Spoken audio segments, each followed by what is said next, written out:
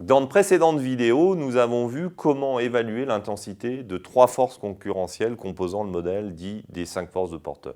L'intensité concurrentielle, le pouvoir de négociation des clients et celui des fournisseurs. Nous allons voir maintenant ensemble comment évaluer l'intensité des 2 forces concurrentielles restantes. Dans le modèle des 5 forces de Porter, les 2 autres forces concurrentielles sont des menaces externes.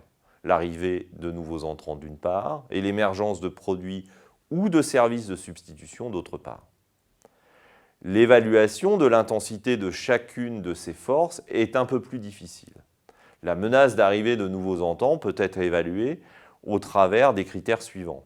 Le lien avec l'activité de l'entreprise entrant qui permet d'identifier le ou les entreprises qui pourraient être susceptibles de rentrer sur le marché.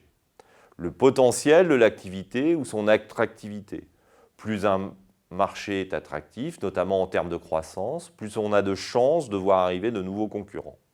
Enfin, dernier critère, le niveau du ticket d'entrée, c'est-à-dire le niveau d'investissement à consentir pour entrer dans le secteur. Mais par ailleurs, les nouveaux entrants sont confrontés à ce que l'on appelle les barrières à l'entrée. La première barrière à l'entrée est le niveau des économies d'échelle à réaliser dans le secteur pour être compétitif en termes de coûts par rapport aux acteurs en place. Autrement dit, le volume de production à atteindre pour être compétitif face aux acteurs du secteur. Deuxième barrière à l'entrée, les autres avantages de coûts détenus par les acteurs en place, comme des prix négociés chez certains fournisseurs, par exemple. La troisième barrière à l'entrée, les coûts de transfert pour les clients établis par les acteurs en place, autrement dit, les coûts induits par un changement éventuel de fournisseur.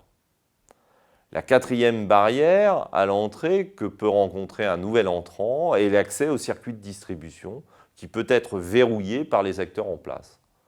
Enfin, une autre barrière à l'entrée est la maîtrise des sources de différenciation des produits ou services, comme la nécessité, par exemple, de posséder une marque.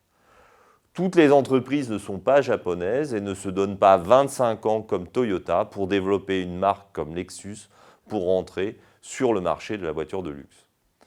Les nouveaux entrants sont aussi confrontés à la capacité de riposte des acteurs en place.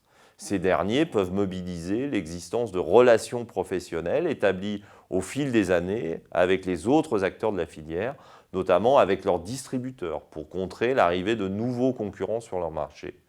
Ou encore, s'appuyer sur leur structure de coûts pour baisser leurs prix et du coup rendre le secteur beaucoup moins attractif pour les nouveaux venus. La cinquième force et autre menace externe est l'émergence de produits de substitution. L'évaluation de l'intensité de cette menace est très subjective et repose tout à la fois sur une bonne connaissance de la fonction d'usage des produits ou des services actuels et sur le suivi des technologies émergentes susceptibles de déboucher sur de nouvelles applications remettant en cause l'offre de produits ou de services du secteur. Pour illustrer cela, prenons par exemple les produits surgelés. Cette vieille invention ne constituera réellement une menace pour les légumes et plats cuisinés en conserve qu'à partir du moment où les ménages seront équipés de réfrigérateurs dotés d'un compartiment congélation et où le prix du four à micro-ondes passera en dessous de la barre des 100 €.